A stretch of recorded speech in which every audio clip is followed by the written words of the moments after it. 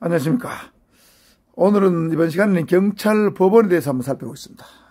이노경 경찰학 유튜브 영상 13번이고 교재는 33페이지입니다. 여러분, 법원이라는 것은 글자로 한자는 이렇게 씁니다. 법원, 법의 원천이다, 법의 근본되는 뿌리다, 이런 뜻입니다. 이게 이런 뜻으로 법원을 쓰는데, 여러분, 재판하는 기관에서 법원은 한자가 다르죠? 사법기관에서 법원하고 이 법원은 다른 겁니다. 경찰법의 어떤 원천, 경찰법의 존재 형식을 말합니다. 경찰법은 어떠한 형식으로 존재하는가? 자, 이 두 가지 법원에는 두 가지가 존재하는데, 성문법원과 불문법원이 있습니다.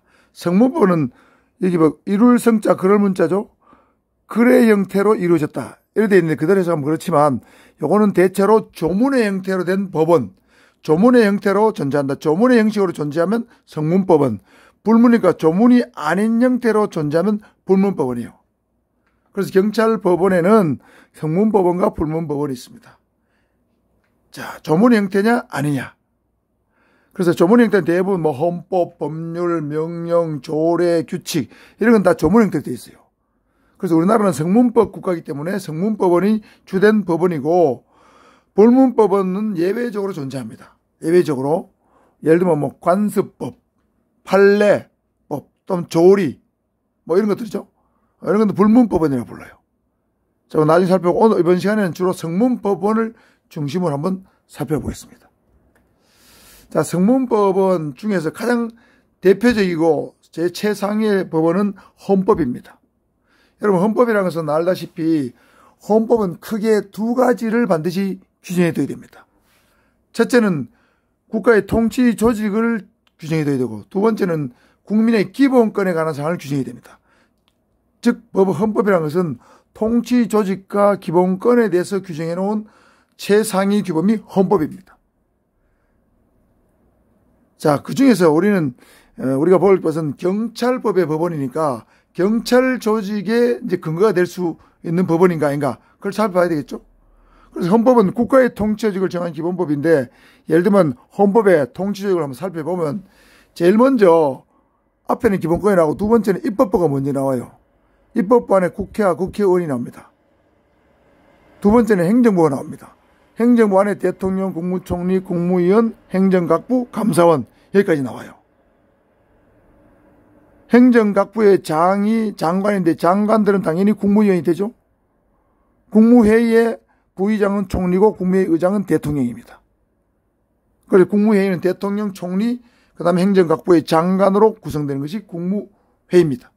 그 다음에 감사원은 행정부 소속이긴 하지만은 직무의 독립성을 보장해야 되기 때문에 대통령이 자기 소속 기관이라서 이래라 저래라 말하면 안 됩니다.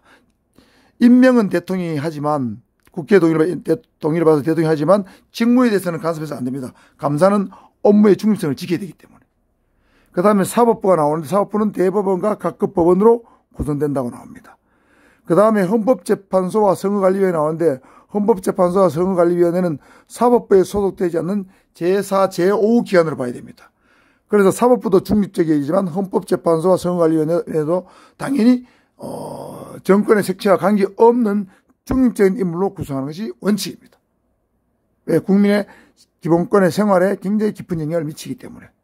특히 선거관리위원회는 더욱더 중립적이 되죠.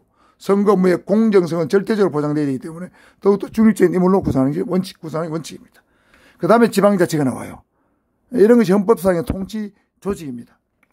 자, 그 중에서 이제 경찰법원과 관계 있는 것은 헌법 96조, 행정각부의 설치 조직과 직무 범위는 법률로 정한다. 행정각부의 설치, 조직, 직무 범위는 법률로 정한다. 요 규정에 의해서 행정각부가 이제 어떻게 짜여지는가가 나옵니다.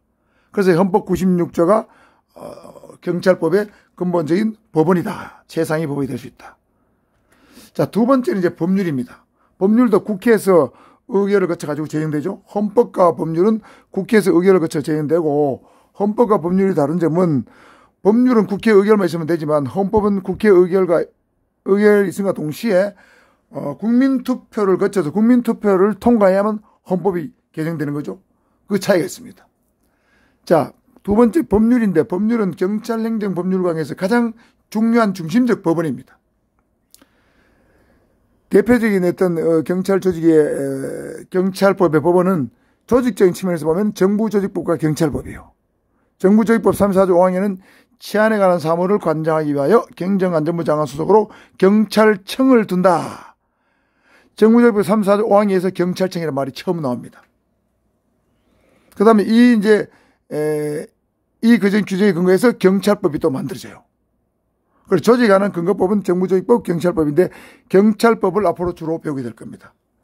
그 다음에 작용법, 경찰 작용에 관한 법은 경찰관 직무집행법, 경찰 직무응원법, 질서위반행 규제법 등등이 있는데 가장 중요한 것은 경찰관 직무집행법이기 때문에 경직법에 대해서 주로 배우게 될 겁니다.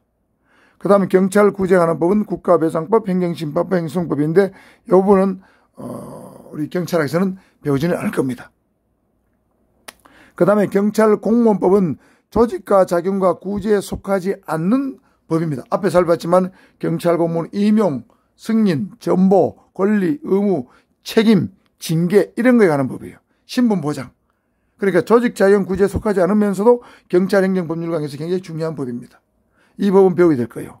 빨간 글씨로 된 건 주로 배우게 될 겁니다. 기타 개별법으로 뭐 건축법, 공중위생관리법이 있다고 배운데 이런 것들은 특별법 분야에 속하기 때문에 여기서 배우지 않을 겁니다. 세 번째는 조약과 승인된 국제법규입니다. 자, 헌법 6조에 보면 조약과 승인된 국제법규는 국내법과 동일한 효력을 가진다고 기재되어 있어요. 헌법 6조에. 그래서 조약과 승인된 법규는 대한민국에 있는 법률과 동격입니다. 예를 들면 한미 FTA, 미국과 한국 정부 간에 맺은 조약이기 때문에 법률과 동일한 효력이 있어요. 그래서 한미 FTA하고 우리나라 국내법이 충돌할 때 어느 게 우선이냐, 그런 뭐가 우선이냐 말할 수 없습니다. 동등하기 때문에. 자, 그럼 조약을 살펴보면 외교관계 간 비엔나 협약이 있는데 외교관의 특권에 대해서 규정하고 있는 것들이요.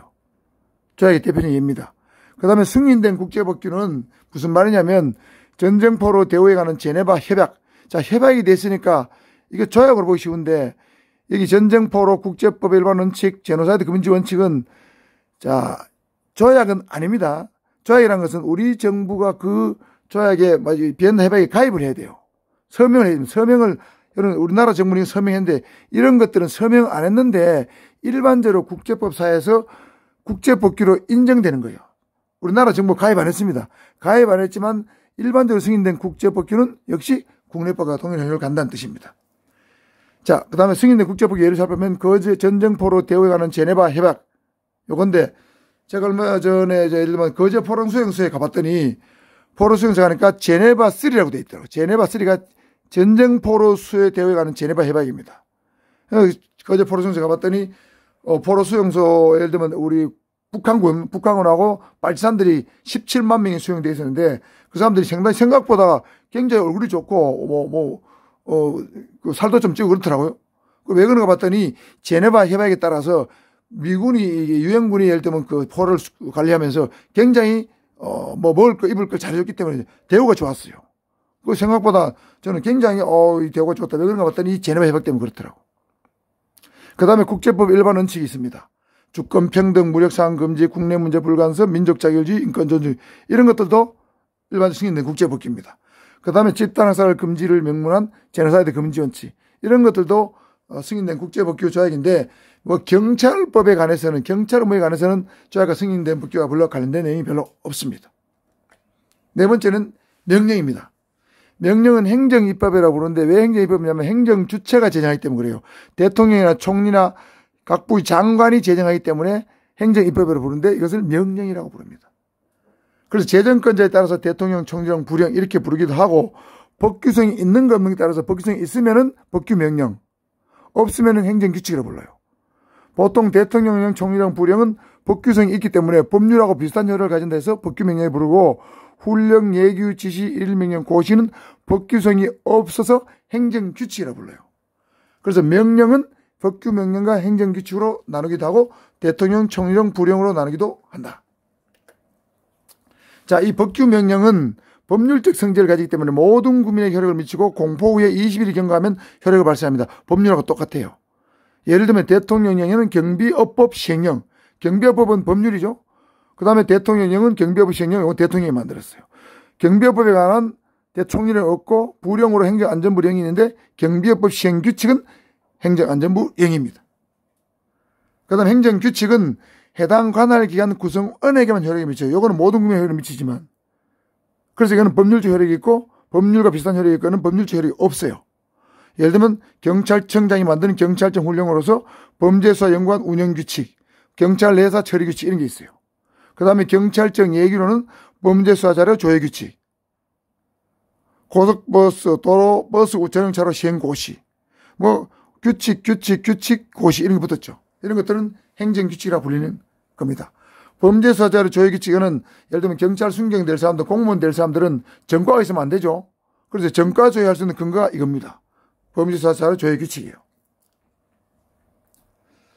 그래서 경찰 순경이 되기 위해서는 범죄수사 자료는 조회를 하는데 범죄 경력 자료는 조회하는데 수사 경력 자료는 조회하지 않기 때문에 예를 들면 뭐 공소권 없음 기소에 받은 것은 이제는 문제가 되지 않습니다. 마지막으로 자치법규입니다. 자치법규는 원칙상 경찰법 법원이 아니에요. 자치법규는 조례와 규칙이 있는데 조례는 지방의회 의결을 거쳐 제정된 것이고 규칙은 지방의회 의결 없이 자치단체장의 직권으로 만든 거예요. 예를 들면 부산시 조례는 초원해상 조례, 부산시 조례, 아파트 간접부분 피해방지 조례 이런 것도 부산시 안에서만 효력을 갖는 거예요. 그 다음 부산시 공무원 인사규칙은 부산시 공무원에게만 적용되는 거예요. 이런 것들은 원칙적으로 경찰법의 법원이 될 수가 없습니다. 그래서 이번 시간에는 경찰법의 법원으로서 헌법, 그 다음에 법률, 그 다음에 조약과 승인된 국제법규, 명령, 그 다음에 자치법규에 대해서 한번 살펴보았습니다. 자, 이제 큰 틀을 좀 이해하시기 바랍니다. 아시겠죠? 이번 시간은 여기까지 하겠습니다.